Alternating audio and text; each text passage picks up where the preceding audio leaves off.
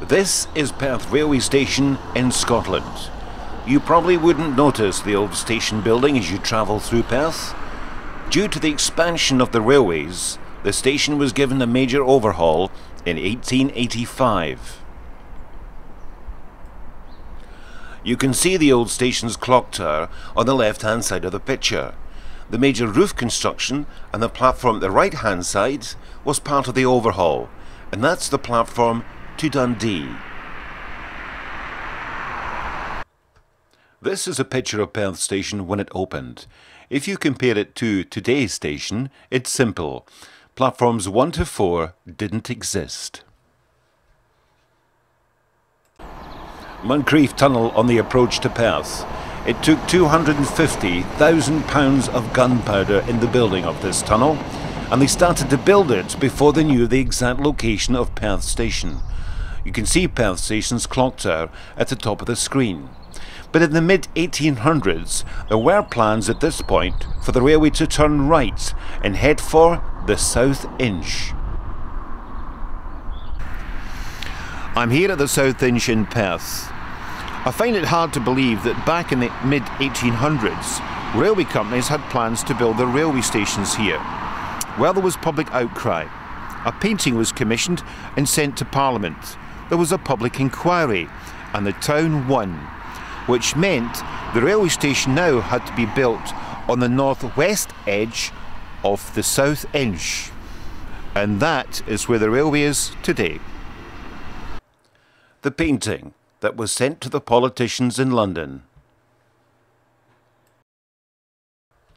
This is a map for the proposals for the railway companies approaching Perth in the mid-1800s. In red, the Scottish Central had 3 proposals: blue, Scottish Midland; yellow, Edinburgh Northern via Ladybank; and in green, the Dundee to Perth Railway. As you can see, the Dundee to Perth Railway had a completely different approach of crossing the Tay to where the current Tay rail bridge is. The brown line is where everyone eventually agreed that railways would be, and Perth Current Railway Station is at the top right of the screen. But what surprises me is we could have had Perth railway stations at the south of the South Inch, but even more surprising is a main terminus station across from Perth Prison. In 1847, the Scottish Central Railway paid £16,000 for 19 acres of land on the northwest side of the South Inch, bought from the Glover Corporation and Thomas Moncrief, big landowners in Perth. The original Perth station was designed by the famous architect William Tate, who designed such stations as Southampton, Carlisle, Liverpool Street, and the new London Exchange, and many churches.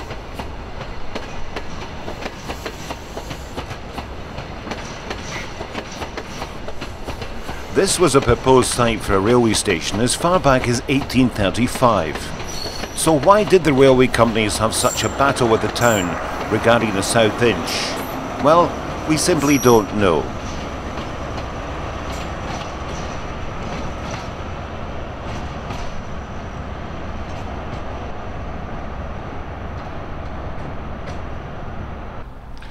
This is the entrance to Perth Railway Station as we see it today.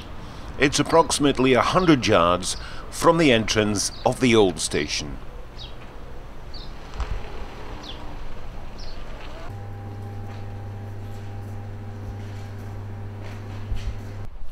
Perth General Station opened in March 1848, and the Scottish Central Railways were also celebrating the opening of the line between Stirling and Perth, which meant the line between Greenhill and Perth was now complete.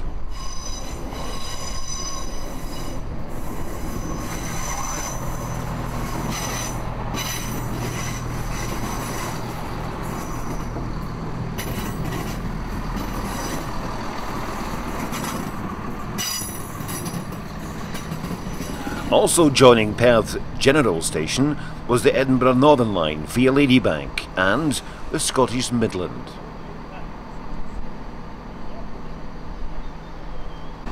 The Dundee to Perth Railway did get close to Perth, a station at Barnhill across the Tay, and with financial help from the Caledonian Railway, a rail bridge was built over the Tay.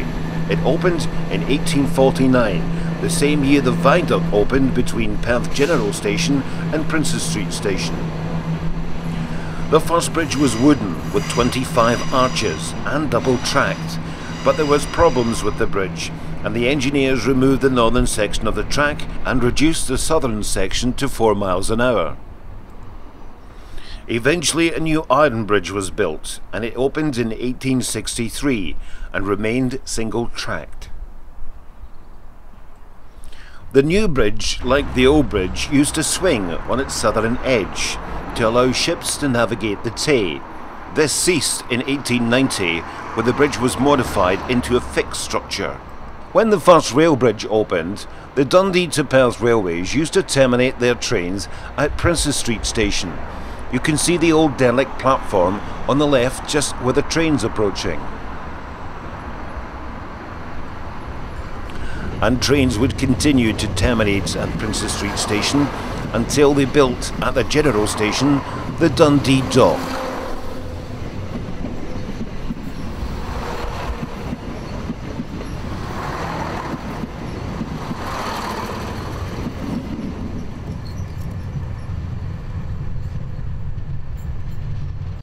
You can see in the drawing that the Dundee line actually passed the General Station.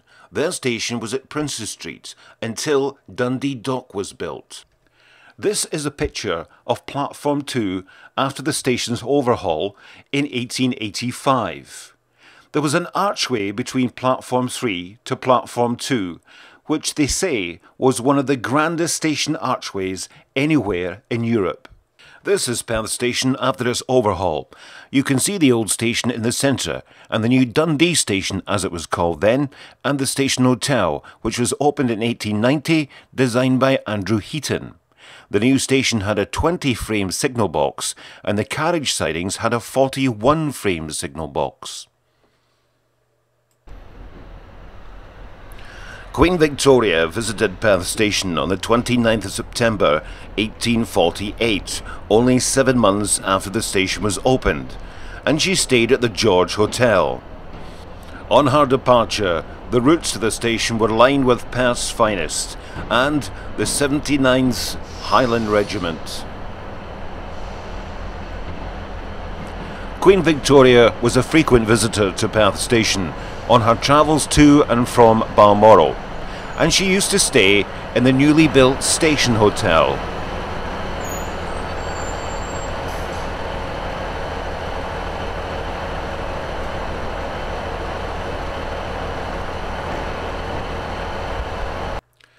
This is a famous clock on Platform 5. There has always been a clock on this site, but it would have been between Platforms 1 to 2. And this particular clock dates back to the early 1900s. Just along from the clock there was a bookshop which opened in 1857. It was one of the very first bookshops on any railway station in Britain. They were charged £25 a year rent, and the name, John Menzies. This picture dates back to the early 1900s. You can see the clock on the right-hand side and the lovely canopy of which is now Platform 7. Watching the Highland Chieftain leave Platform 4 next to the old station building, we think back to the mid-1800s. The railway map was growing and would continue to grow, with lines between Perth Dunkeld, Pitlochry, Aviemore, the ultimate goal, reach Inverness and the Highland Railways. But Perth needed the bigger railway companies to expand, and the Caledonian Railway took over in 1865.